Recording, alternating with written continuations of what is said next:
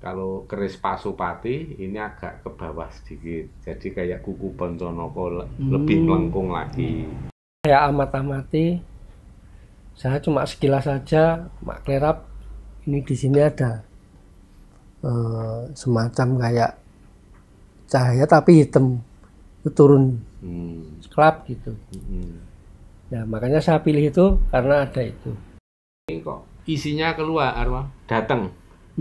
Jadi waktu itu terus ada laki-laki yang sudah sepuh, uluk salamnya orang zaman dulu.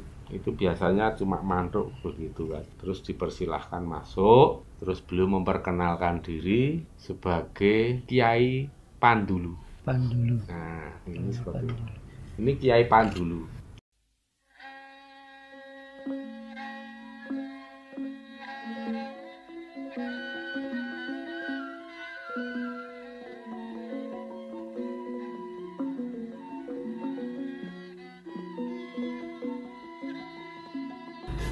Selamat lagi para pemirsa. Kali ini kita akan ngobrol-ngobrol santai saja. Kita akan bincang-bincang santai, tetapi walaupun santai ya tetap kita berbincang sesuatu yang lebih bermutu atau berbobot gitu ya, supaya ada manfaatnya juga, para pemirsa juga tidak kecewa karena sudah berkorban waktu, biaya, dan tenaga. Nah, ini kita ketemu lagi dengan Mas Gilang, dengan Mas Mul.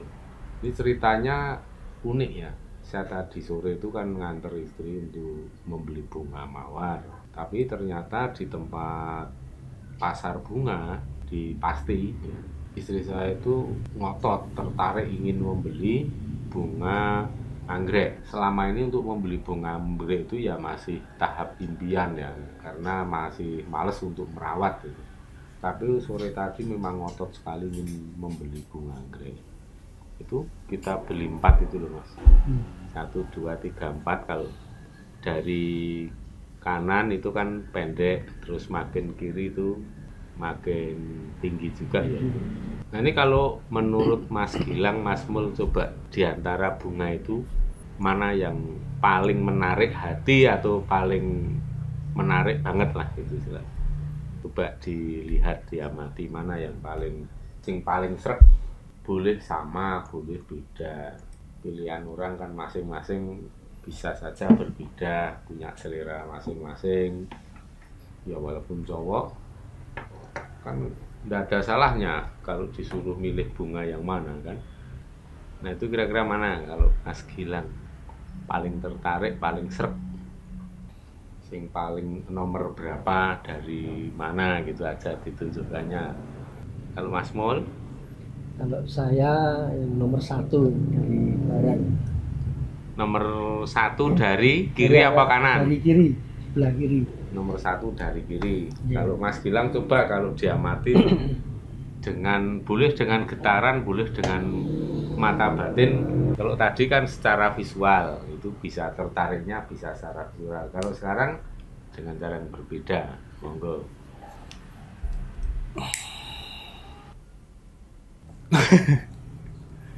Nomor 4 dari kanan itu Niko. Nomor 4 dari kanan. Ya. Kalau Mas Mul nomor 1 dari kiri. Nomor 1 dari kiri.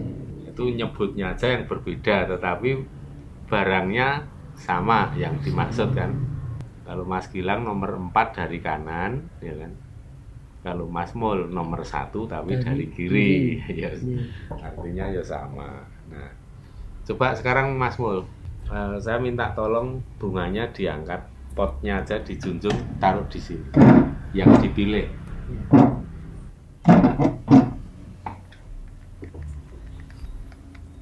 Ya, hadap ke sana semuanya. Ya. Ini termasuk namanya ini anggrek bulan. Kalau harganya sih nggak begitu mahal lah, bagi saya itu 150-an lah, sampai 100 sampai 200-an gitu kan, paling antara segitu. Nah ini tadi kalau milih yang ini berarti ya tepat. Jadi ceritanya gini Mas tadi. Pas sudah kita beli, terus kemudian sampai rumah ya. Ini tadi ada sosok yang menemui, sosok perempuan yang menemui. Beliau menyebut nama sebagai Nyai Jeliteng Penglarisan gitu. Namanya Nyai Jeliteng Penglarisan. Nah ini. Tapi tadi belum tahu siapa Nyai Jeliteng Penglarisan, makanya terus tadi tak tanya. Lah Nyai sinten? Terus Nyai Jeliteng Penglarisan itu menyebut kula ingkang wonten Sekar Anggrek menika, lho Mas, gitu. Ingkang pundi? Nggih ingkang paling inggil. Oh ya wis. Iki berarti bener. Nggih. Ya. Ya berarti kan berbeda ya dengan anggrek-anggrek yang lain yang biasa itu pasti ada. Nah kalau tadi Mas Mul bisa memilih ini ada clue atau ada petunjuk atau pertanda apa untuk Mas Mul sendiri coba? Kalau tadi saya amati, saya cuma sekilas saja, Mak Klerap, ini di sini ada semacam kayak cahaya tapi hitam, itu turun klap gitu. Nah makanya saya pilih itu karena ada itu. Saya lihat. Itu terlihat seperti itu. Durasinya berapa lama Mas kira-kira? Detikan itu, cepat sekali. Ya, habis itu udah. Saya cuma tadi minta izin untuk intinya pengen tahu mana yang di antara 4 bunga anggrek itu yang paling istimewa. Nah, saya lihat cahaya dari sini tapi warnanya hitam kelap. Nah, itu. Tadi Mas Mul dalam batin izin mana yang paling ini? Mana yang paling istimewa? Oh gitu ya. Jadi terus muncul itu, clue-nya udah muncul. Ya. Tapi terus habis itu muncul lagi atau udah selesai? Udah selesai. Cuma sekali beberapa detik itu. Iya, cuma detik aja, klap gitu. Ya. Turun. Ini kan masing-masing orang kan kadang beda clue-nya ya. Tapi intinya bisa menunjuk sesuatu yang sama istimewa itu, tapi clue itu boleh saja berbeda. Nah, kalau menurut Mas Gilang tadi untuk memilih ini clue-nya seperti apa? Kalau saya sih ini Pak, telah difokuskan tadi kayak feelingnya ya lebih ke sini aja. Jadi ada dorongan hati ya? Iya. Nah ini jadi bisa melalui dorongan hati atau mata batin, tapi bisa juga clue itu secara visual nampak ya. Walaupun clue-nya itu sifatnya itu ya metafisik ya, tetapi nampak sekilas itu ya. Kenapa saya videokan itu biar teman-teman itu menambah referensi, jadi cara masing-masing orang, cara kita untuk melihat sesuatu yang sifatnya metafisik itu tidak harus melalui jalan atau cara yang sama gitu Mas ya. Boleh jadi kita belajar ilmu yang sama, tetapi untuk melihat sesuatu itu bisa melalui perspektif, melalui sudut pandang atau point of view yang berbeda-beda. Dan seperti itu tadi kan juga Mas Gilang, Mas Mul juga cara untuk mendeteksi sesuatu yang sifatnya itu metafisik atau yang istimewa, caranya juga beda kan. Jadi tidak terfokus harus menggunakan mata batin saja atau harus terfokus mata visual, itu bisa melihat sesuatu yang sifatnya gaib itu juga enggak. Jadi ya itu hanya kemudian dibiasakan ya Mas. Iya. Misalnya Mas Gilang, aku kebiasaannya itu yang akurat tepat itu melalui feeling, melalui daya tarik hati, melalui mimpi ya. Kalau melalui mimpi biasanya makin akurat lagi kan kalau Mas Gilang. Iya. Kalau Mas Mul bisa melalui visual yang melihat satu pertanda yang sifatnya itu secepat kilat, kalau orang bilang ya, kalau dalam spiritual Jawa itu petunjuk itu bisa kadyo kilat gitu ya, petunjuk, dan itu biasanya terjadi di detik-detik awal ya Mas. Iya. Makin dipikir gimana Mas Gilang? Rasanya makin ambiar kan? Makin hilang. Makin banyak pertimbangan, makin ragu. Makin ragu ya. Iya. Jadi kalau saya meminta atau mohon petunjuk itu, begitu ada tanda tek gitu ya udah selesai itu. Ya. Saya yakin di situ. Yang pertama kali muncul. Ya. Dan kalau nanti yang sudah menit-menit berikutnya biasanya sudah campur aduk ada kecampuran rasa ning karep ya, atau keinginan ragawi kita, harapan ya kan. Jadi itu akan membuat kita makin makin bingung sendiri, karena ada residu atau sifatnya itu polutan, polusi yang bisa mengotori keheningan batin tadi kan. Tapi pada saat pertama kali ada sesuatu yang menarik, nah itu biasanya merupakan petunjuk. Makanya petunjuk gaib itu ya kalau di Pangkur 13 itu kan jelas teman. Tan samar pamoring sukma sinukmaya winahya enga sepi sinimpen telenging kalbu pambukaning warana tarlen saking liyap layaping luyup pindha pesating sumpena sumusuping rasa jati ya kan. Pindha pesating sumpena, melesat seperti halnya antara sadar dan tidak. Jadi kayak seolah kayak dalam mimpi gitu kan, tapi kita sadar tadi.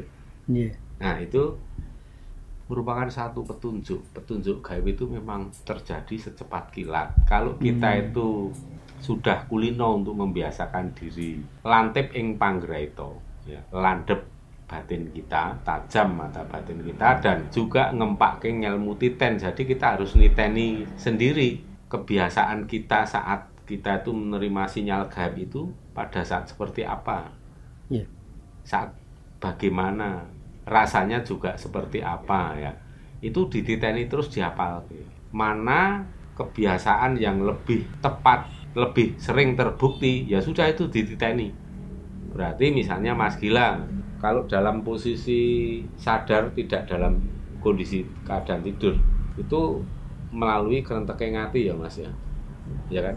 Kita lanjutkan soal Nyai Jeliteng Penglaris. Nah, karena kan saya penasaran, Nyai Jeliteng Penglaris di situ sudah lama belum? Maksudnya di bunga ini. Kan bunga ini dulunya dari mana kan pasti alurnya kan panjang tuh. Terus kok sampai di toko bunga itu kemudian ada Nyai Jeliteng Penglaris ya. Sejak kapan? Nggih, sampun sawetawis. Jadi ya sudah sementara waktu di situ. Lebih penasaran lagi. Kemudian saya tanya, nah Nyai Jeliteng di zaman siapa gitu kan?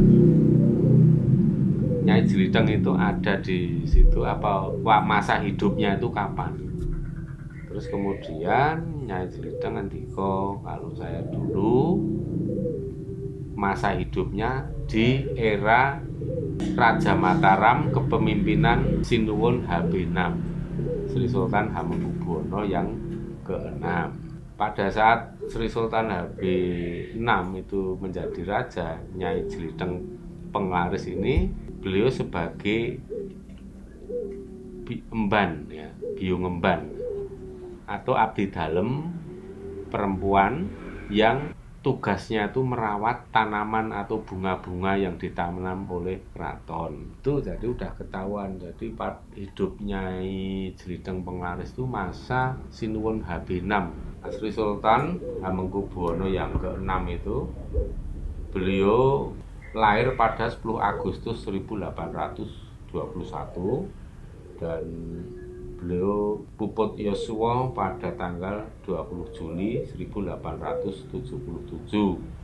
Usia beliau itu 55 tahun. Itu memimpin atau memerintah pada tahun 1855 hingga 1878. 77 atau Sinuwun Mangkubumi julukannya. Jadi sekarang udah tahu ya, Nyai Jelideng Panglaris itu berarti masa hidupnya ya di antara tahun 1850-an sekian gitu kan. Beliau menjadi abdi dalem. Terus kemudian setelah wafat, setelah menyelesaikan masa pangrantosan, kemudian menjadi leluhur dan meraih kamulyan sejati, beliau juga bebas memilih mau tinggal di mana gitu kan.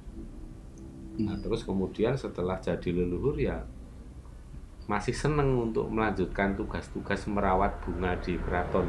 Saya tanya, kenapa kok Nyai Jelideng sudah nggak di keraton lagi, malah ikut di toko-toko bunga seperti itu? Ya karena sudah bosen gitu. Sampun jeleh gitu maksud.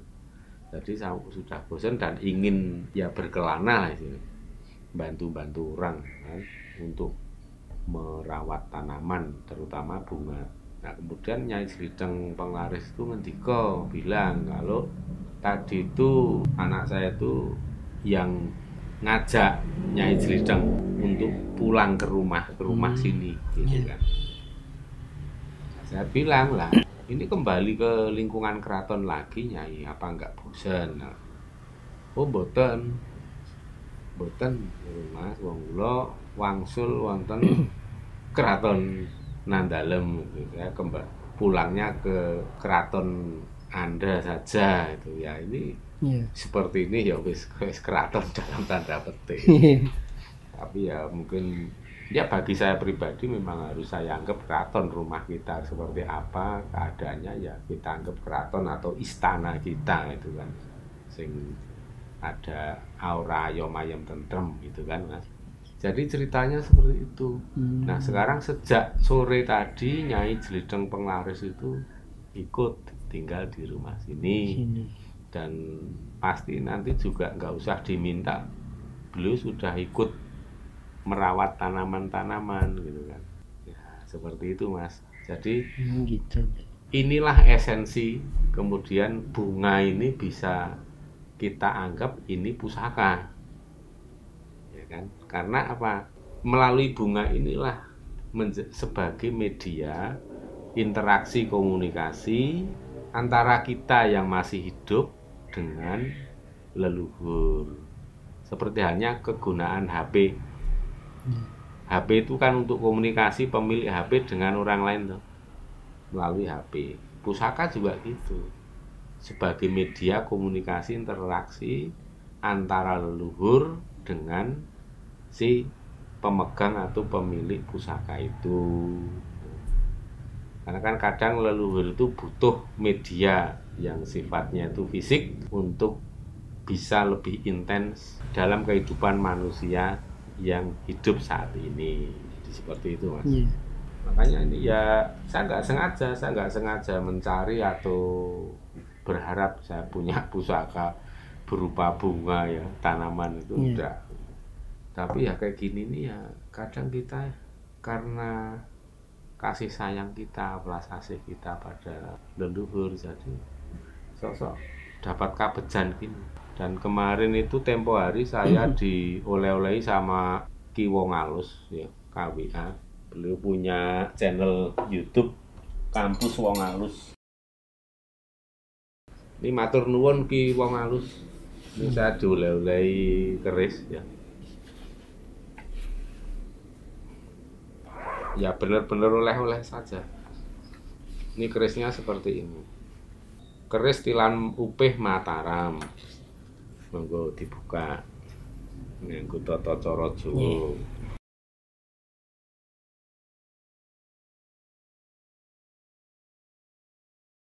Ini keris dapur Jalak Budo, pamor kelengan, besi persegi, untuk cacing. Ini tangguh Singosari kalau itu. Nah itu Mataram. Ini kalau cara kita orang Jawa ada etikanya untuk membuka pusaka itu seperti ini dulu. Ini sebagai bentuk ya penghormatan lah. Terus nariknya seperti ini. Lebih baik bukan seperti ini, tapi alangkah baiknya kalau nariknya seperti ini. Baru dibalik.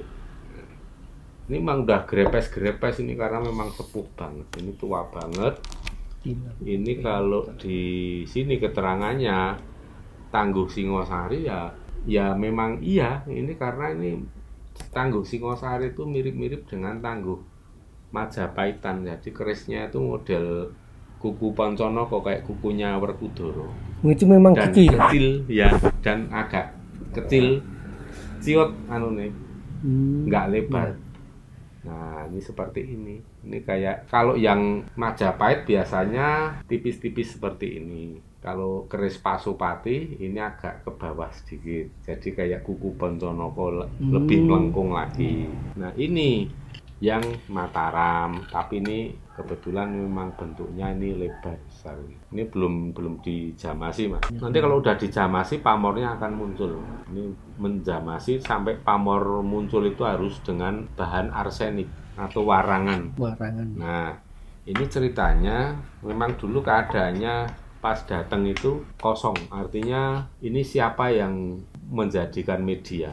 Itu belum ada dan belum ketemu gitu kan. Tapi waktu itu kan saya sama Ki Wong Alus terus ke pertapan Bang Lampir. Nah kemudian istri saya di rumah kan nggak ikut malam itu. Pas di jalan saya dapat kabar kalau keris yang Tangguh Singosari ini, Mas, ini kok isinya keluar datang. Jadi waktu itu terus ada laki-laki yang sudah sepuh, uluk salamnya orang zaman dulu. Itu biasanya cuma mantuk begitu kan. Terus dipersilahkan masuk, terus beliau memperkenalkan diri sebagai Kiai Pandulu. Nah, ini seperti itu. Ini Kiai Pandulu. Tahu artinya Pandulu apa, Mas? Pandulu itu penglihatan jauh ke depan. Pendelengan tapi ke depan. Jadi bisa untuk membantu saat kita mau melihat masa depan, melihat waktu yang akan datang. Gitu ya. Atau lebih tepatnya untuk istilah sekarang itu prediksi gitu kan. Atau istilah kerennya itu ramalan ya gitu. Untuk mengintip rencana Tuhan gitu. Kalau mendahului rencana Tuhan ya nggak ada orang yang bisa mendahului. Bisa jadi Tuhan itu sudah merencanakan sesuatu itu miliaran tahun ke depan. Nggak usah takut kalau dibilang mendahului kehendak Tuhan. Itu faktanya nggak ada orang yang bisa mendahului. Ya nggak? Iya. Soalnya gini, emang Tuhan belum merencanakan sesuatu dalam waktu sebulan ke depan. Kalau kita bisa menebak 2 bulan lagi apa yang akan terjadi, terus disebut itu mendahului Tuhan. Ya kalau saya mikirnya, Tuhan itu saya anggap sudah merencanakan sesuatu. Mungkin miliaran tahun ke depan pun sudah direncanakan gitu. Jadi mana mungkin kita bisa mendahului gitu loh, Mas. Nah, oleh sebab itu kalau bagi saya ya saya tidak masalah.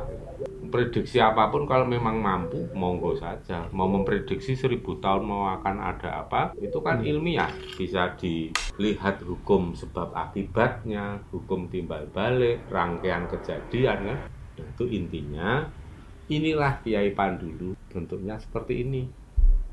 Ya memang sederhana banget, sudah trepes-trepes.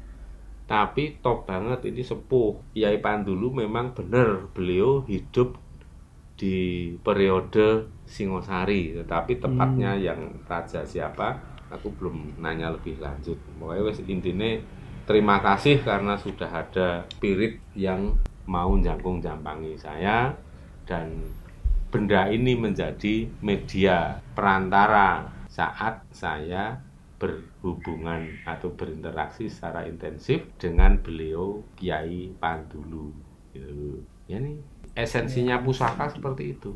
Jadi nggak ada kalau ada orang paranormal ngaku-ngaku ampuh atau sakti, tapi ngelihat keris masih bilanginnya, oh ini isinya jin. Nah itu udah ketahuan sebenarnya. Orang sebenarnya nggak tahu, saya tegaskan ya, saya jujur. Kalau ada orang yang menganggap keris itu isinya jin, jangan pernah dipercaya. Saya sudah agak nggak perlu basa-basi lagi kalau untuk soal ini, Mas, karena udah terlalu toleran kita itu sebenarnya. Masa kayak gitu kesalahan, salah kaprah kayak gitu mau dibiarkan terus? Kapan generasi penerus bangsa ini akan cerdas itu loh? Kenapa jin nggak ada di benda kayak gini? Ya nggak matching. Karena apa? Ini benda ini terdiri dari bahan yang semuanya istimewa, Mas. Iya. Makanya benda ini makin istimewa, itu maka entitas gaib yang menggunakan ini sebagai media juga tatarannya makin luhur. Nggak mungkin leluhur kok terus ngasal cuman keris dari kertas atau dari kayu ya kan. Iya. Enggak. Tuh. Maka kalau seperti yang di bunga ini memang beliau Nyai Jeliteng Penglaris itu, beliau dulunya waktu itu memang punya spesifikasi keahlian dalam merawat bunga. Merawat bunga itu juga hubungannya dengan apa? Kesuburan, kemakmuran, termasuk nek wong dodolan laris, seperti itu Mas. Jadi ada energinya yang sifatnya positif. Nah ini ya, sedulur, mudah-mudahan pengalaman sederhana ini bisa cukup memberikan wacana baru atau paling tidak sebagai komparasi bahwa sesuatu mungkin terjadi atau mengalami seperti ini tadi yang saya alami. Dan tadi Mas Gilang, Mas Mul juga secara spontan udah saya minta untuk memilih satu di antara 4 bunga anggrek yang saya tadi beli. Tapi memang feeling dan penglihatan memilih anggrek yang ini, dan ini memang anggrek yang dijadikan oleh Nyai Jeliteng Penglaris sebagai media interaksi dan komunikasi. Dengan siapa? Ya dengan yang punya, tapi bisa juga dengan Mas Mul, dengan Mas Gilang kalau memang mau komunikasi. Apakah siang malam Nyai Jeliteng Penglaris ada di dalam sini? Ya enggak, Nyai Jeliteng ya bisa kemana-mana gitu. Iya. Kayak misalnya handphone Mas Mul, memangnya Mas Mul selalu tinggal bersama handphone kan enggak? Iya. Kadang ditinggal di meja, di kamar, kadang pergi enggak bawa HP, boleh, bebas. Ya kan? Itulah esensi dari pusaka. Itulah pemahaman yang tepat mengenai pusaka. Gitu. Jadi, ya kalau saya pribadi ya saya suka pusaka dan saya tidak sepakat kalau kayak gini-gini disebut sebagai kemusyrikan. Karena apa? Nalarnya yang sederhana saja, nggak usah jelimet, nggak usah semrawut. Ya. Kita memahaminya sederhana. Saya punya temen Mas Gilang dan Mas Mul. Apakah itu disebut musyrik? Bisa nggak disebut musyrik? Iya. Bisa orang? Enggak. Aku duwe kanca Mas Gilang. Bisa ora disebut musyrik? Terus aku minta tolong ke Mas Mul. Musyrik enggak? Enggak. Ya kan? Aku minta tolong ke Nyai Jeliteng Penglaris. Musyrik enggak? Ora toh? Enggak. Padha wae wong bedane ming bedane itu Nyai Jeliteng enggak punya raga fisik. Iya. Itu aja. Anda minta tolong ke dokter untuk mengobati sakit. Musyrik ora? Ora toh? Ya toh? Iya. Terus dengan leluhur kenapa dianggap musyrik? Ya itulah rancu, kacau. Makanya untuk yang seperti ini saya perlu menyampaikan apa yang sejati ning urip supaya kita semua bisa nggayuh urip kang sejati. Semua itu dari pemahaman dan dari mindset yang tepat dan akurat dalam memahami apa yang sesungguhnya terjadi dan apa sesungguhnya kehidupan ini. Tanpa ada pemahaman yang tepat dan akurat, maka langkah kita akan salang surup, akan salah kaprah, akan karut-marut. Ya demikian, pemirsa. Jumpa lagi dalam obrolan-obrolan ringan, tapi tidak ringan.